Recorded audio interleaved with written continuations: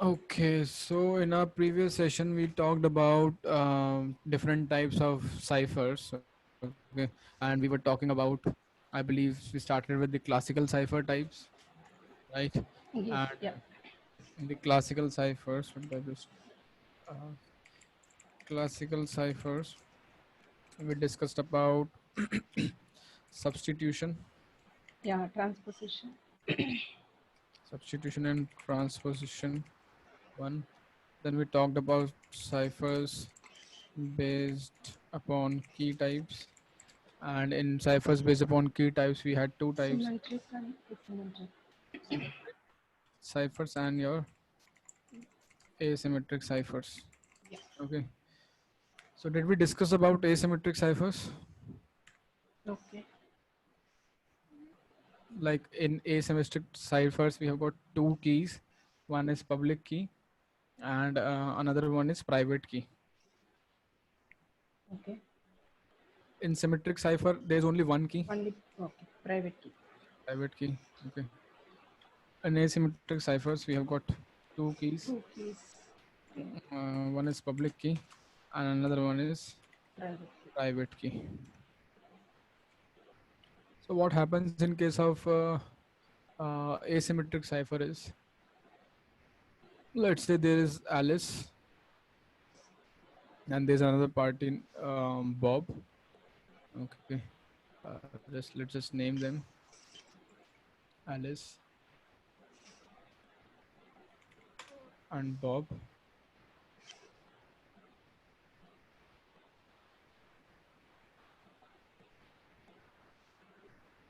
Okay, now Alice is going to have its own pair of keys. So Alice is going to have Alice public key and Alice private key. So I can just write this thing in short as A PUBK, A PVTK. Okay. This is my public and private key on Alice side, and Bob is also going to have its public and private key B PUBK, B PVTK. Okay. So first of all, what they are going to do is they are going to share these keys. Their private public keys. Sorry, public keys are shareable in nature. Okay, they Okay. can be easily shared. So that's why they are going to share exchange their keys. So Bob is going to send its own public key to the Alice, and Alice is going to share its public key to the Bob. Okay. Okay. So now Alice has these key sets, and Bob is going to have this much key sets, like A public, A private, and B public. And Bob is going to have B public, B private, and A public. Okay. Now let's say there's a document over here. Okay, which is required to be encrypted. Let's say there's a document over here which is supposed to be encrypted. So now this document is going to be basically encrypted. First of all, Alice wants to send this document to Bob. Okay. And what Alice wants to do is Alice wants to implement public key cryptography. So asymmetric ciphers are also known as public key cryptography. Okay. We can also refer them as PKI, public key infrastructure. Okay. So first of all, what is going to happen? Alice is going to apply Bob's public key onto this thing. Okay. Now this is encrypted as, This file is for Alice, right? yeah, Or there is a file. There is just a file. Okay, it can be anything. It can be a message. It can be a video no? file. It's for Alice file or Bob. Who is going to be sent? So currently it is with Alice. Okay. Now Alice wants to send this file to Bob Bob. Okay. in a secured manner. Okay. Okay. So what Alice is doing is, because Alice wants to send this file to Bob, Alice is going to encrypt it using Bob's public key. Okay. Okay.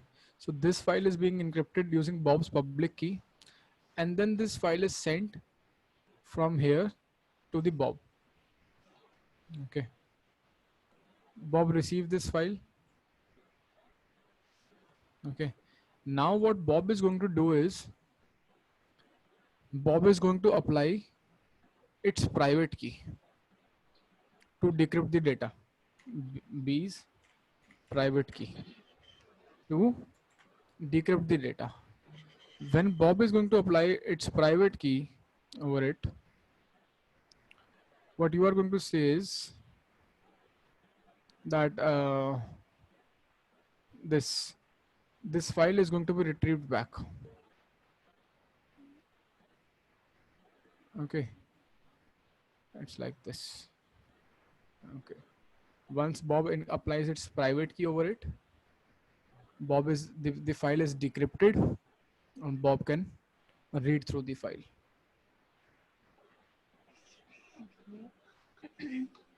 Um, how Alice got this Bob public key? Before sending a message, is there any request he received from Alice to get this public key from Bob? Yeah, so basically, first of all, both of the communicating parties are going to share their public Sure. keys Okay, okay. with each other. Mm-hmm. That's why it is public. Okay. Okay. And private key, is it possible using public private key to open this file? Because this file is owned by Alice, right? Yeah, This so let me file. just tell you. Okay. Encryption is always going to be done using the public key, Okay. and the decryption is always going to be done using the private key. Oh, okay. Okay, so every time some file is going to be encrypted, public key is going to be used, and every time a file is to be decrypted, private key is going to be used. Okay. Okay, so this is a thumb rule that you can just keep in mind. Okay. Okay,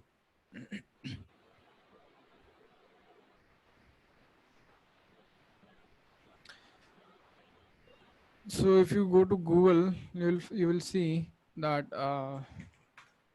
this kind of stuff is going to be mentioned there.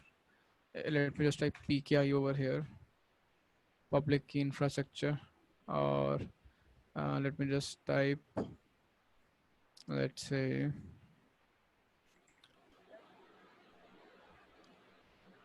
yeah, here is the image.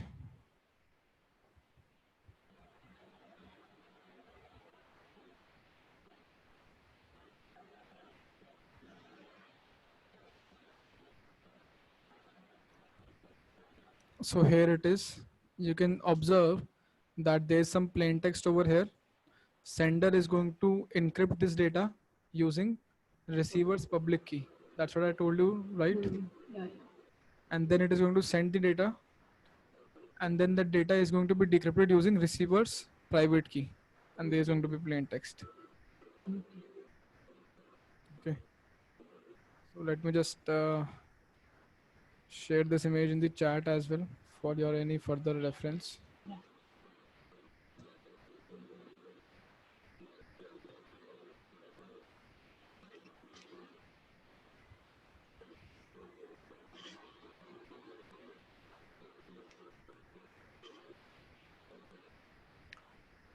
Okay. So now what do we have next? We have special type in cryptography that is known as hashing. Okay. Have you heard about hashing before? Hash algorithm or hash function, something like that? Hashtag. Hashcat. No, I haven't even. So hashing is basically, we can say, a special type of cryptography. Okay. In this, what happens is hashing are basically one-way functions, you can say. And what do you mean by one-way function? What do you understand when I say one-way function? So Um,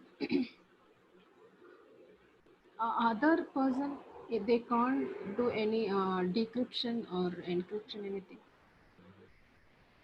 right. So it's like in cryptography, we had two-way functions. Like you can apply that function to encrypt, and you can decrypt the data as well. Okay. Encrypt and decrypt the data.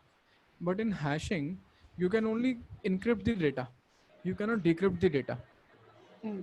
Encrypt, not able to do decrypt. Okay. So when I say hashing, you have got some plain text. You can convert it into ciphertext. That is possible. But vice versa is not possible. If I say this direction, that is not possible. Okay. Oh, So in hashing, what we say is, let me just type it here itself. The algorithm is considered as hash algorithm. Whatever algorithm is used for creating the hash value, that is hash algorithm. And this ciphertext is named as hash value. In cryptography, we call this as ciphertext. In hashing, we refer to it as hash value. okay. Okay.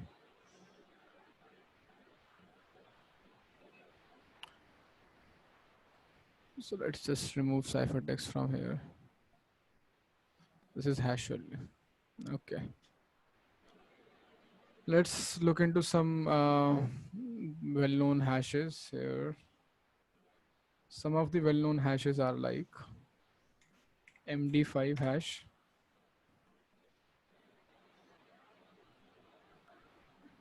Maybe you have heard about these hashes prior, like MD5, SHA-1, SHA-2, SHA-256, something like that. Mhm. MD5 basically stands for message digest algorithm. Okay. And there is something known as SHA as well. SHA stands for secure hashing algorithm. Okay. Secure hash algorithm. There are multiple versions for it as well. Okay. So you can search for SHA-256. You can search for SHA. Do we have SHA-3? That is Okay. SHA-5. MD5, what you said, media Message digest. message. Okay. Message Message digest. digest. Okay. Yeah. Message digest algorithm. Okay. So what are the peculiarities for hashing algorithms?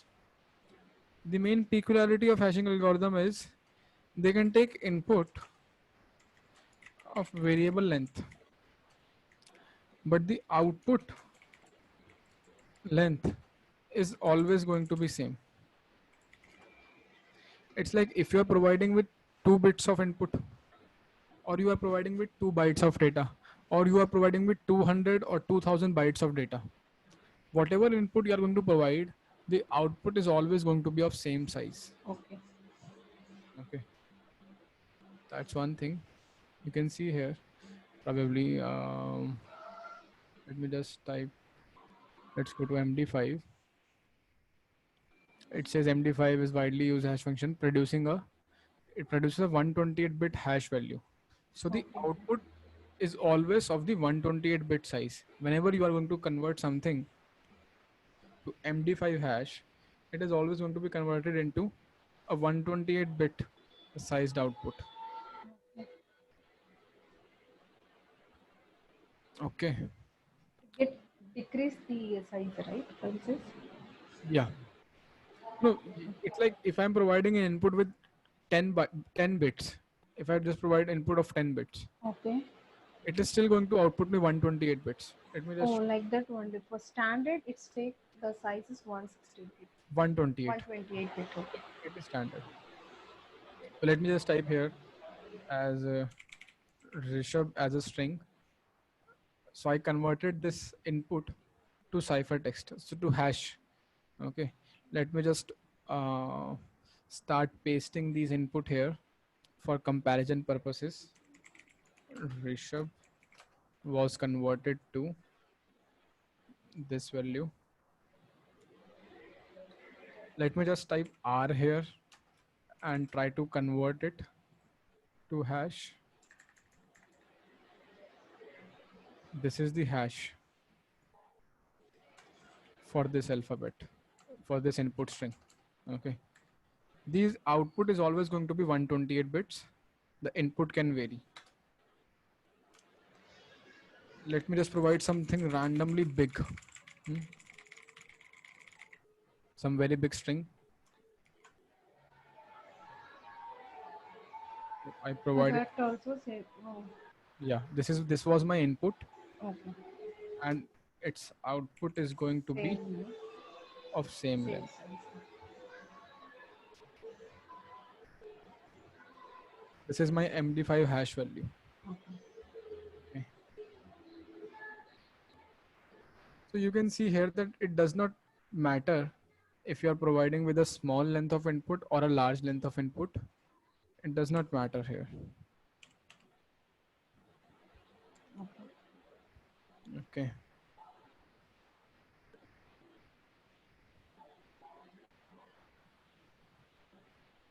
For all of these variety of lengths, the output is always going to be the same. You can just put this output line by side by side, and you can compare it yourself.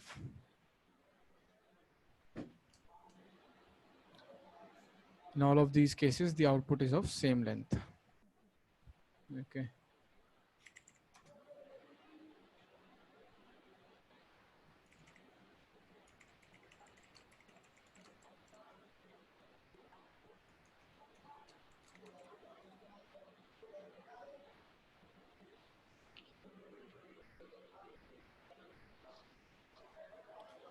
We can see here that it is 32 characters. Okay. And one character is of 1 byte, and 1 byte is going to have 8 bits. Okay. Totaling 32 bytes. Yeah, it is 32 bytes of output here. So 32 bytes are going to be converted as, let me just see.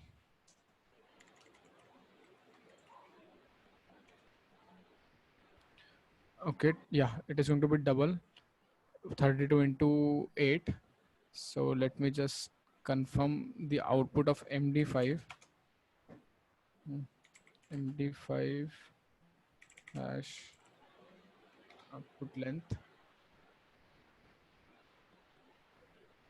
128-bit string, 32 hex digits long. Okay, 32 hex digit long.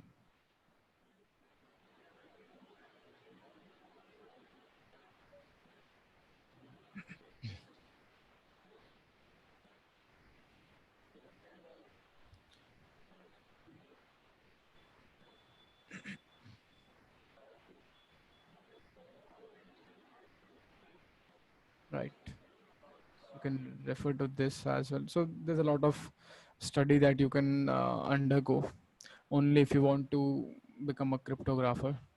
Okay. Okay. Because some extent I can be able to understand beyond that, I'm not able to get it. Okay. So similarly, we can just use some online encryptor for SHA as well. Okay, like SHA-1 online.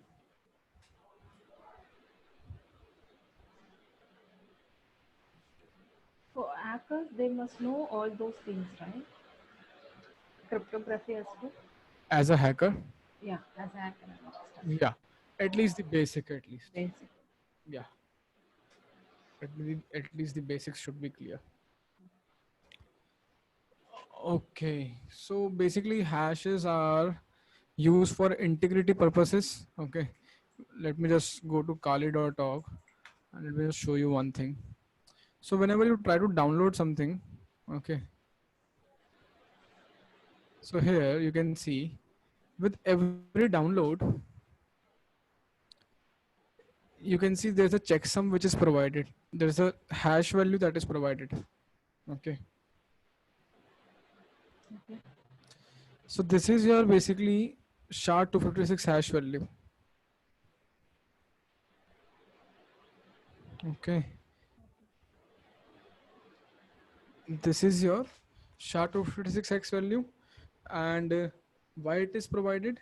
It is basically provided for to ensure the integrity of the file. Like if you download this file, okay, maybe somebody else modified it in between. To be 100% sure that nobody modified it in between, what is the first step that you must do after downloading? The first step that you Fine. must do is to check the hash value. Okay. Generate the hash of this file that you downloaded and match that hash with this hash, which is provided by the website, and see if both of those hashes match. If they match, the integrity is preserved. If they do not match, the integrity is not preserved. The file has been modified. Okay. So each values, the hash values get changed, right? Each file. Yeah, for each file. Each Right, file. right. Okay. So that is the practical utility of hashes. Hashes are basically used for checking integrity. Okay. Okay. This hash algorithm is a standard one, right? SHA-256. Yeah. So it is like widely used. It is not a standard one. Now that depends upon website to website or vendor to vendor. Oh, Okay. It's like if I go to VirtualBox website. okay. Okay. Let's go to VirtualBox. VirtualBox. Here you will see hashes are going to be provided in MD5 as well. SHA-256 sums. You can see So MD5. each website we can find this SHA value. Yeah, each website Do we find this SHA values? I mean this hash value. in most of the website, in 90% of the websites, whenever you are going to download a software or Okay. an application, the Okay. vendor is going to provide with a hash value as well, just to ensure integrity. But Okay. the end Okay. users are not aware of this fact, and they do not get bothered by this fact. Like they do Okay. not care about it. Actually, internally we are using SSM software. Okay, The software is scanning the all the machine. It okay. will scan. So there is a one column while doing scanning the hash values. Each software have different hash values. Is that the both are same? Whatever you are referring here, that hash value and after software installed in particular machine, there Hmm. is an one hash values is triggering in each machine. The both are same. After installing this software, Uh, there is some hash value is provided. okay, but not sure. This value is saving in somewhere in computer management in machine itself. You are getting Rishabh, actually what I'm asking here, you have taken as a virtual box, right? After installed this virtual box in machine, somewhere the software Yeah. name and everything will be tracking in machine. Okay. So this hashtag also will be saved in same machine. No, they are not saved. Okay. Okay. Actually, they are not saved anywhere. Mm-hmm. So they are just provided by the vendor. Now, if you want to save it, you can just simply copy the hash value. Okay. Otherwise, the value is not going to be saved. But many Okay. times, what happens is like you downloaded some zip file, Mm-hmm. okay, and there's a software. When you try to unzip it, you will get a text file along with that. Okay. And in the text file, there is going to be a checksum value which is going to be saved. That Okay. happens with certain some softwares, not all of the softwares. Okay. Yeah.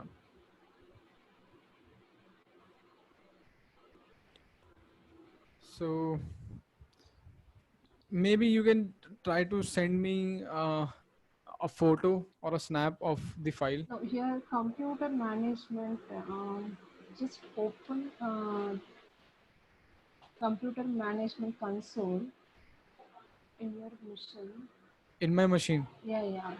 From Here, where? From here? From where? yeah, from here only. After this, manage This one, computer management. Yes, yeah. Here we can see whatever the softwares got installed right in your PC. Just open that one. Services and application below. Services and application. Okay. No, okay. Somewhere we can get all the software details actually. Whatever installed in local machine. That is in control panel.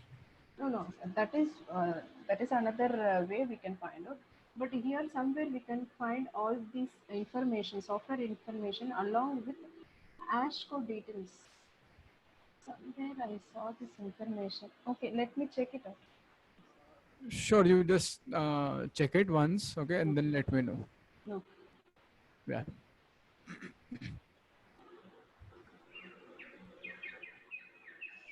but I'm not sure both are same. But this term and this values I saw somewhere in machine itself, Hmm. local machine itself. Definitely, you can let me know once you find it. Yeah, sure. Yeah. Okay, so let's proceed further then. Okay. And let's talk about IDS, IPS stuff. Okay. IDS, IPS, and firewalls. So, have you heard about these terms?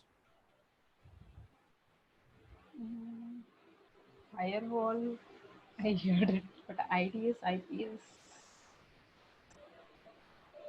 So, IDS basically stands for intrusion detection system. Okay. Okay. And on the other hand, IPS basically stands for intrusion prevention system. Okay. It is a tool actually. Yeah, so basically these solutions are available in software based utility as well as your hardware based utilities. Okay, so it can be a tool, a software based tool, it can be a hardware based tool as well. Okay, Motion detection. Okay. so both of them are available in software based as well as hardware based. Okay.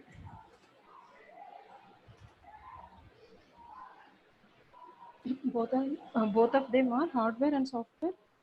Yeah, so I'm saying that IDS, IPS, and firewalls, they are Okay. available in as a software-based solution, Okay. and they are available as hardware-based solution as well. Yeah, yeah.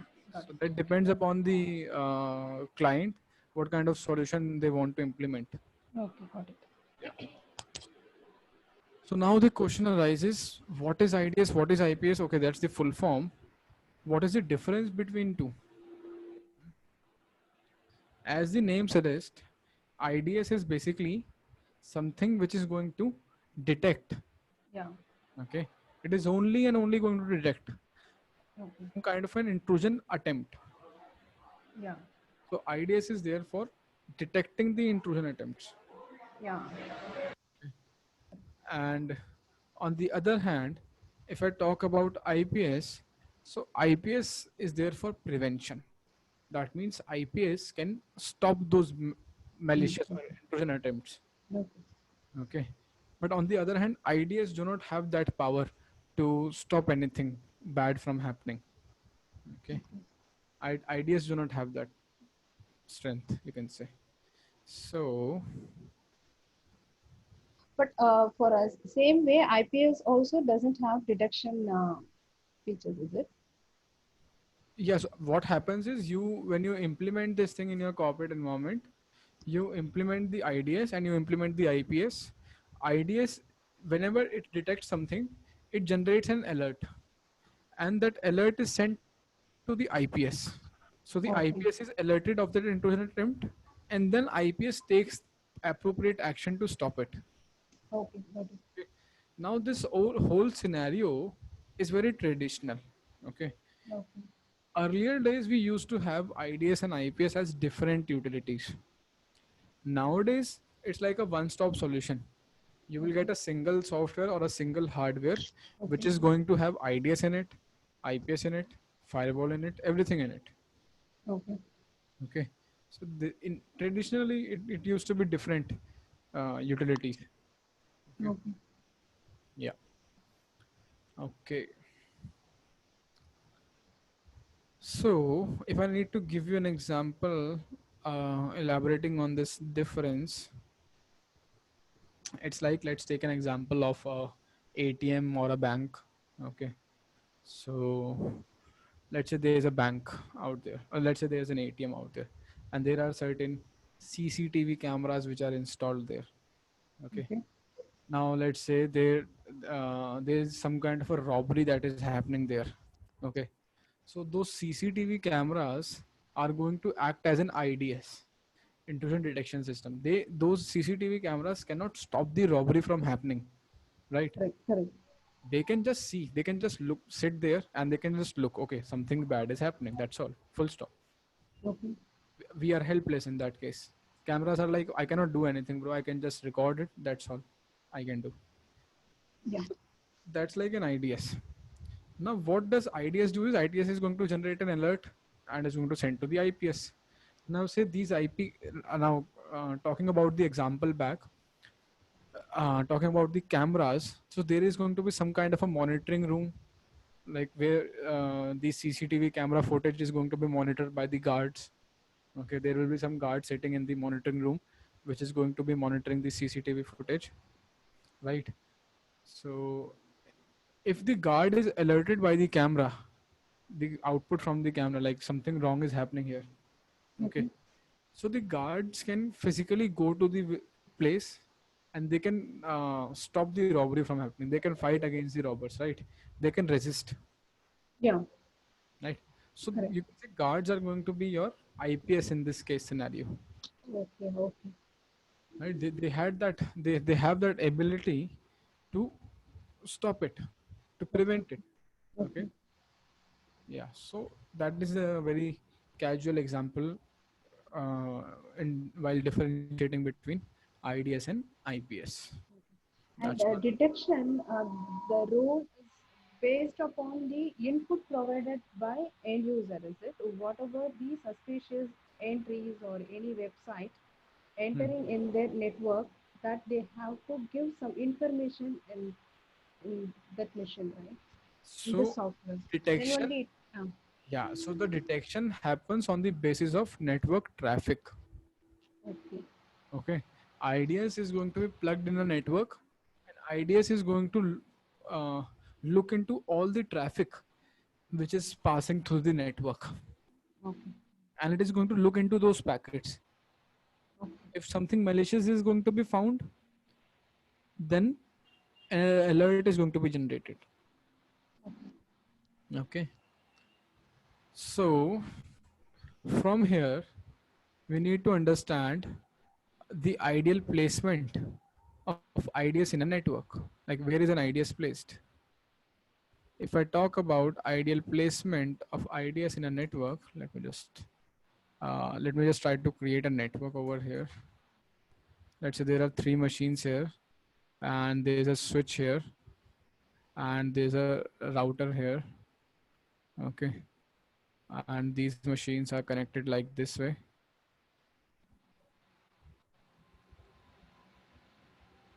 and it is connected to a router. This is a switch. This is a router. Okay. Oops. So now if I need to place an IDS, where am I going to place the IDS? Let's Yeah, between the create an system IDS and like this. switch. Router and switch in between.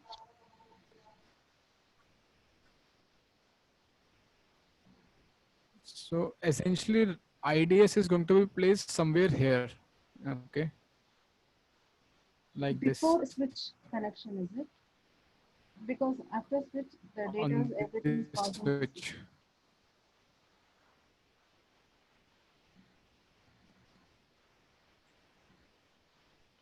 No, we are going to place it at some port with the switch, And what we are going to do is we are going to configure the switch in this way that whatever traffic that is going to pass from the switch, let's say there is some traffic from A to router, a copy of that traffic is going to be sent to the IDS.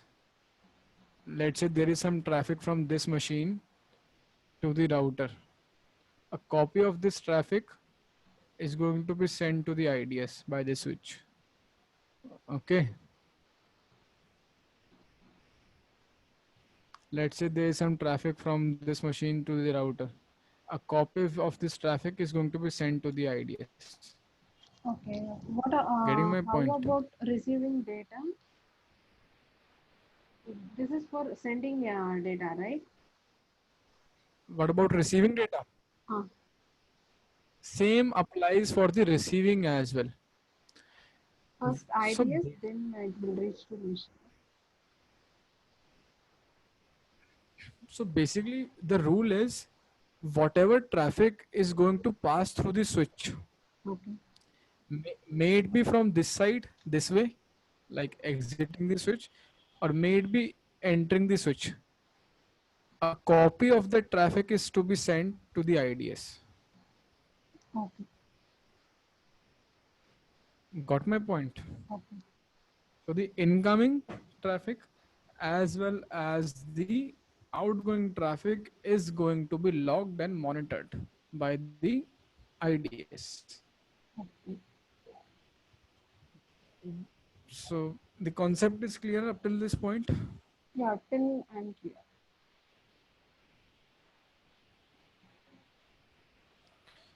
Okay. So in our next session, we are going to look into different types of IDS. Okay. Here, Like Rishabh, NIDS.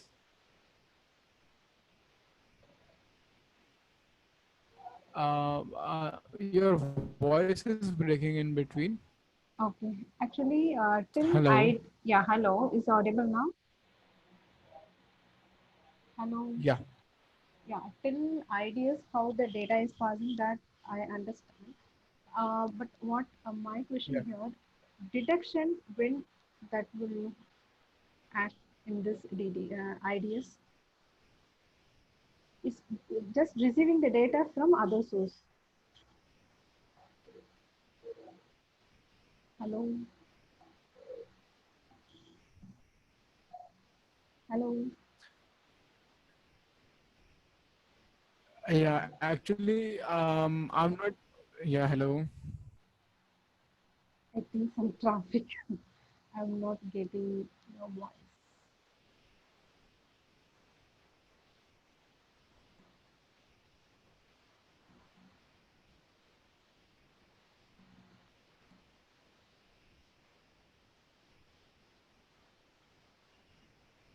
Yeah, hello. You're not audible, Rishabh, now. I'm not Yeah. getting. Actually, I'm not able to hear you properly. Yeah, me Yeah. too, Not an same as issue. me. So I'll try to reiterate on it Okay, in our next session. Okay. okay, Like how it works basically. It's ideal placement, and I'll talk about IPS ideal placement okay. and different types of IDS as well. Yeah, yeah. Yeah. Just wanted to know how the detection it will happen. How detection will happen. Yeah, yeah. Because So yeah, now it's retrieving the data and sending the data, yeah. this ideas, but detection when will happen? So simply it is going to look into the packet and see if something malicious is there. Uh, It is going to generate an alert. alert to whom? Alert to IPS. I'll talk about the IPS placement. Okay, Then you will see that okay, an alert is going to be generated from IDS and then it is going to be sent to the IPS. IPS. Okay, Yeah. fine. Okay. So that would be all. I'll meet tomorrow, or not tomorrow, day after tomorrow then. Okay. Okay. Have a great day ahead. Yeah, thank you Take so much, care. Rishabh, for You're most clarifying welcome. those things. Yeah, thanks. That's that's my responsibility. Okay. So never an issue. So have a great day ahead. Take care. Bye bye. Yeah, thank you. Take care. Bye.